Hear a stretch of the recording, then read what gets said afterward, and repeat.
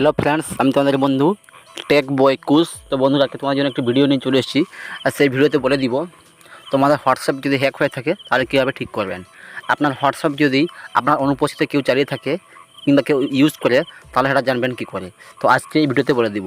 তো ভিডিওটি ভালো লাগলে লাইক করবেন, শেয়ার করবেন। চ্যানেলে নতুন হয়ে থাকলে তো অবশ্যই লাইক, শেয়ার অ্যান্ড সাবস্ক্রাইব করবেন। তো বন্ধুরা আপনার ফেসবুক যদি হ্যাক হয়ে থাকে তো জানবেন কি করে। তো বন্ধুরা, তোমরা এই ভিডিওতে বলে দিব। তো এর পাশ কী করতে হবে, এর পাশ আপনারা চলে যাবেন হোয়াটসঅ্যাপে। তো হোয়াটসঅ্যাপে গিয়ে আপনারা সার্চ করবেন সেটিংস। তো বন্ধুরা, আমি চলে যাচ্ছি হোয়াটসঅ্যাপে গিয়ে এখানে চলে আসবেন আপনার হোয়াটসঅ্যাপের মধ্যে। হোয়াটসঅ্যাপে গিয়ে এখানে দেখতে পাচ্ছেন 3 ডটস, এই 3 ডটে ক্লিক করবেন। এই 3 ডটে ক্লিক করবেন। ক্লিক করার পরে আপনার কাছে একটা ইন্টারফেস চলে আসবে। সেই ইন্টারফেসটা এখানে লেখা আছে সেটিংস। তো আপনারা এই সেটিংসে ক্লিক করবেন।